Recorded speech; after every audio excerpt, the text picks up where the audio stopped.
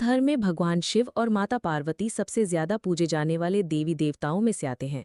माना जाता है माता पार्वती ने अनेकों कष्ट सहते हुए जन्मों तक कठोर तपस्या करके भगवान शिव को पति के रूप में पाया था। मान्यता के अनुसार अखंड सुहाग और पति की लंबी उम्र के लिए माता पार्वती का व्रत किया जाता है और माता पार्वती के साथ भगवान शिव की पूजा की जाती है। भगवान शिव और माता पार्वती की जोड़ी अगाध प्रेम का प्रतीक और आदर्श जोड़ी मानी जाती है। लेकिन एक बार भगवान शिव माता पार्वती से इतने ज्यादा नाराज हो गए थे कि उन्होंने माता पार्वती को श्राप तक दे दिया था। आइए जानते हैं ये पौराणिक कथा।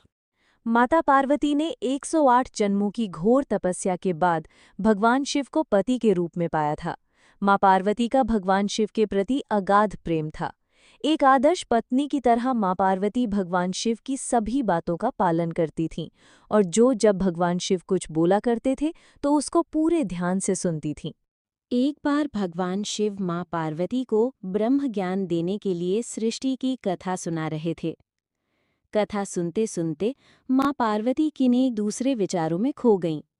जैसे ही भगवान शिव को इस बात का एहसास हुआ कि मां पार्वती उनकी बातों पर ध्यान नहीं दे रही हैं, तब उन्होंने मां पार्वती से पूछा कि क्या आप मेरे द्वारा सुनाई जा रही कथा को सुन रही हैं?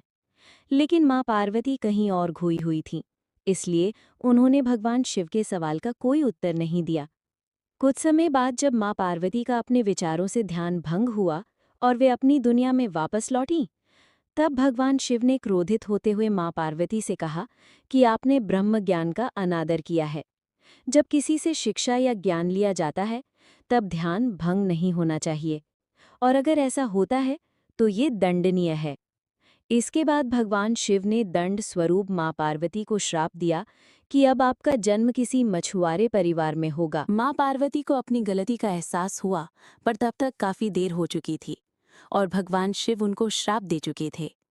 अब दुख में डूबी हुई मां पार्वती मछुआरों के एक गांव में पहुंची। इस गांव के मुखिया की कोई संतान नहीं थी। एक दिन वो मछली पकड़ने के लिए तालाब जा रहा था, तब उसको रास्ते में एक पेड़ के नीचे एक कन्या बैठी हुई मिली, जो कि वास्तव में कन्या के रूप में मां पार्वती थी। वो नन्ही कन्या पूरी तरह से वहां अकेली थी, उसके साथ कोई भी नहीं था। तब मछुआरे ने इस घटना को प्रभु की कृपा समझा और उस नन्ही कन्या को अपने साथ अपने घर ले आया। मां पार्वती उसी घर में कन्या के रूप में रहने लगी। इस तरह मां पार्वती को अपना एक जन्म भगवान शिव के श्राप के कारण मछुआरे के घर में काटना पड़ा।